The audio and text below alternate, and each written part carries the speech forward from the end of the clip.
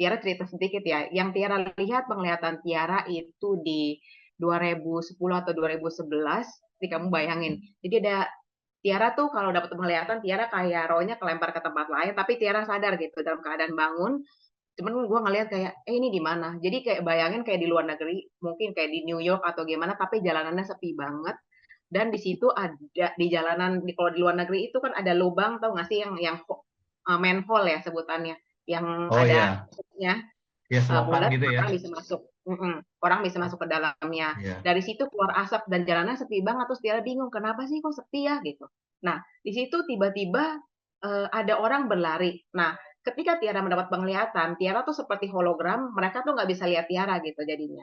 Tiara nggak bisa berinteraksi dengan mereka, Tiara nggak bisa dorong mereka, Tiara nggak bisa panggil mereka.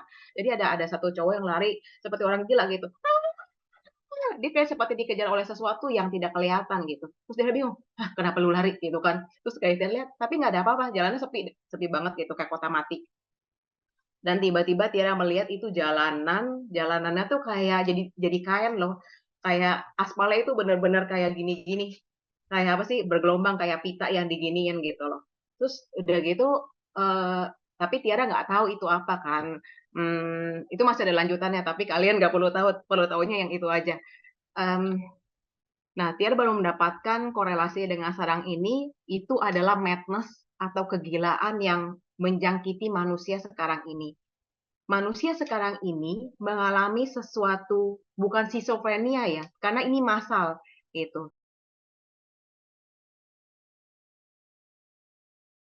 Ini penyesatan ya. Kita udah di zaman seperti ini, kita mau naik kelas ada ascension, itu penyesatan memang wajar terjadi. Karena di Alkitab pun sudah dikatakan, Yesus berkata kepada murid-muridnya, tidak mungkin tidak akan ada penyesatan, tetapi celakalah orang yang mengadakannya. Adalah lebih baik baginya jika sebuah batu kilangan diikatkan pada lehernya, lalu ia dilemparkan ke dalam laut, daripada menyesatkan salah satu dari orang-orang yang lemah ini. Dan orang-orang yang lemah ini adalah kalian atau kita semua yang lemah, tidak berakar, tidak mengetahui kebenaran dari Tuhan itu apa. Karena mudah sekali sekarang penyesat masuk. Oke, kita bahas modus. Modus operandi Antichrist yang baru.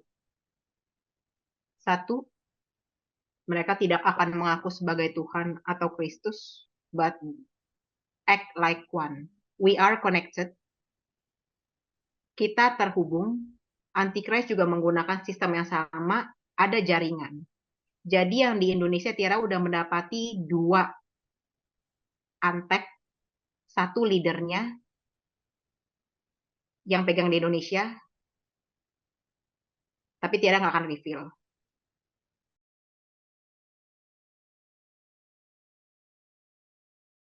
Jadi kayak lu bayangin, lu masuk cult, tapi lu nggak tahu lu masuk cult.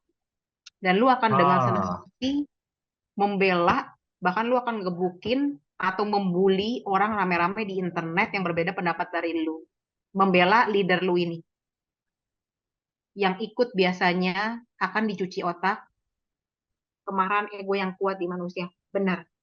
Kamu baca kalimat terakhir, mereka menyebarkan ketakutan, keserakan, kemarahan ego yang kuat di manusia. Itulah sebabnya kenapa jumlah darkness meningkat di Indonesia.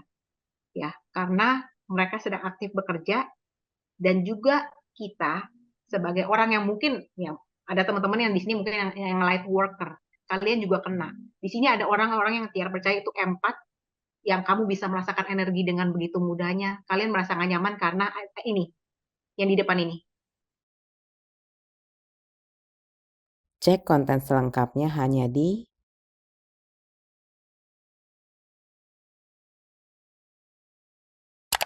Jangan lupa subscribe channelnya Tiara ya. Makasih.